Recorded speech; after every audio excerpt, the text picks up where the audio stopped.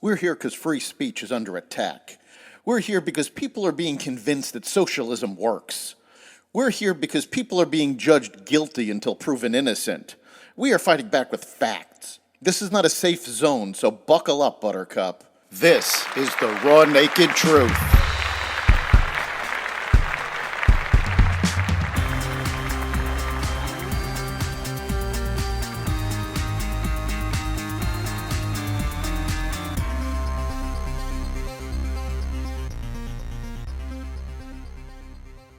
Government shutdown averted temporarily. UAW expands strike. The Supreme Court comes back in session, and more. Welcome to the Raw Naked Truth. I'm your host, Eric Lopkin, and here's the news you need to know. The U.S. Senate voted 88-9 on Saturday night to pass a temporary funding bill, funding the government for the next 47 days and avoiding a federal shutdown. The bill had previously passed in the House earlier that day with bipartisan support. The bill's passage represents an about-face for negotiations, as a prior stopgap bill introduced by House Speaker Kevin McCarthy on Friday had been sunk by members of his own party, and a shutdown appeared inevitable. The new funding bill includes additional support for natural disaster funds, but does not include new allocations for border security or supporting Ukraine. Congress now has until November 17th to reach a more permanent agreement on funding the government. Socialist Representative Jamal Bowman of the Squad pulled the fire alarm in a House office building Saturday as Democrats tried to delay the bipartisan vote on the stopgap spending bill.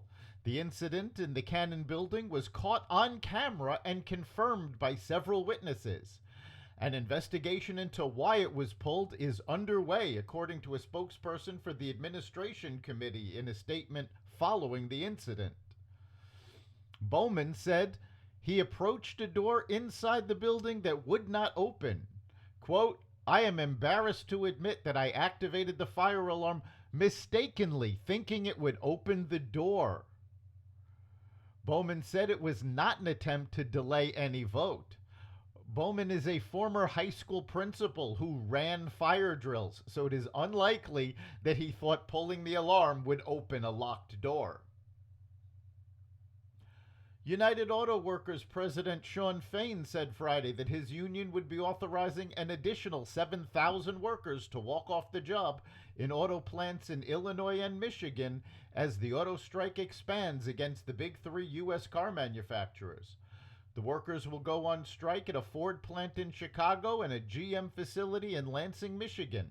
No additional walkouts were announced at Stellantis, the last of the big three automakers, as Fain said talks were moving in the right direction with the company. The strike has become a political rallying point in recent days, with both President Biden and former President Donald Trump visiting Michigan last week. California enacted a state law that will raise the minimum wage for fast food workers to $20 per hour starting next April. The measure will give the state's fast food workers the industry's highest guaranteed wage. California's minimum wage for other workers is $15.50 an hour, also among the highest in the nation. Governor Newsom said the law recognizes that fast food workers are often primary earners in low-income households, contrary to the common belief that most are teens on their first job. That's a romanticized version of a world that doesn't exist, Newsom said.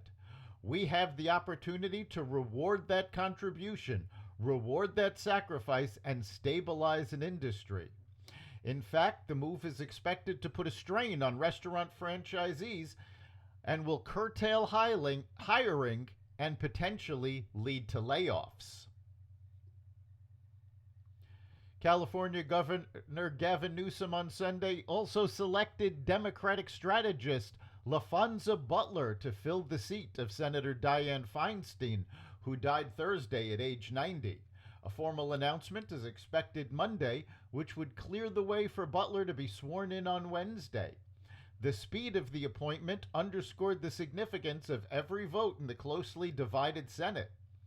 Butler is president of Emily's List, a national fundraising organization that focuses on electing Democratic women who support abortion rights and has extensive experience in Democratic politics. She has served as the president of a powerful labor union and as advisor to Vice President Kamala Harris's 2020 presidential campaign. It's important to note that that campaign completely failed, and Harris pulled out of the presidential campaign prior to the first primary. Butler has not lived in California for the last 2 years. She will be the first black lesbian to serve in the Senate.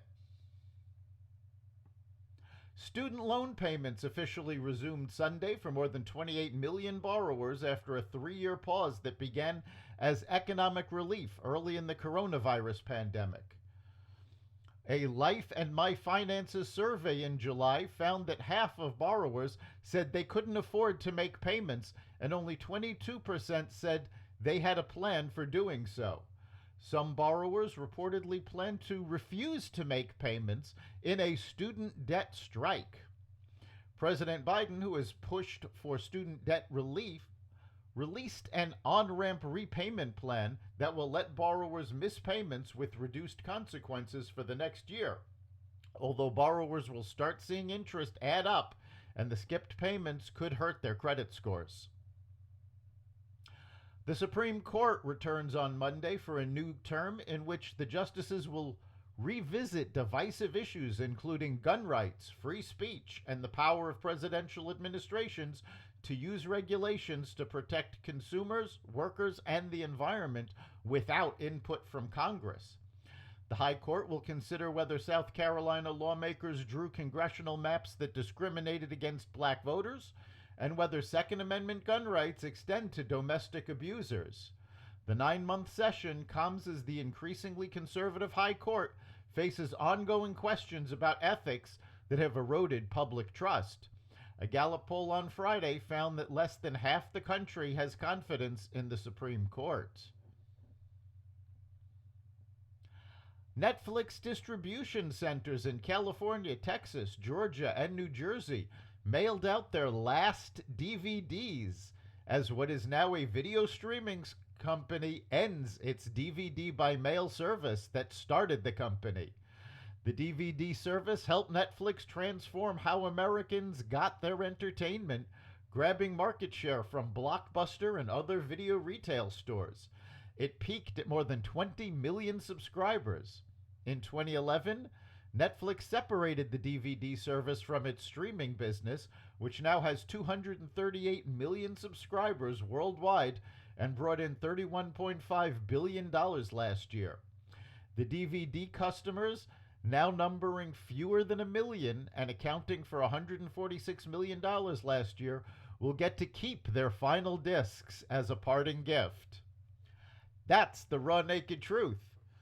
You can catch every episode of The Raw Naked Truth at xvadio.com/podcasts, the Apple Podcasts app, Google Podcasts, Spotify, iHeartRadio, Audible, Amazon Music, and other platforms that respect freedom of speech. We'll see you next time.